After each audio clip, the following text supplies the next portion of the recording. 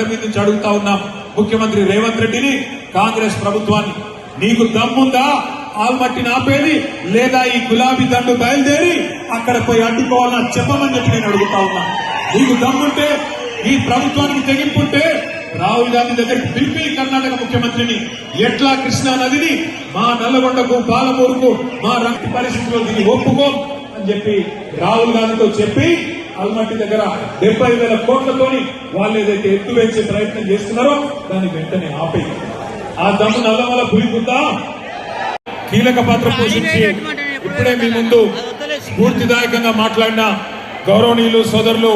శ్రీ మర్రి జనార్దన్ రెడ్డి గారికి, గౌరవనీయులు పెద్దలు మాజీ మంత్రివర్యులు శ్రీ సింగిరెడ్డి నిరంజన్ రెడ్డి గారు, గౌరవనీయులు పెద్దలు మాజీ మంత్రివర్యులు శ్రీ మంత్రివర్యులు పెద్దలు డాక్టర్ లక్ష్మారెడ్డి గారు, గౌరవనీయులు పెద్దలు మొన్ననే నాగర్ కర్నూలు పార్లమెంట్ నుంచి పోటీ చేసి మీ అందరి అభిమానాన్ని పెద్ద ఎత్తున సంపాదించుకున్న గౌరవ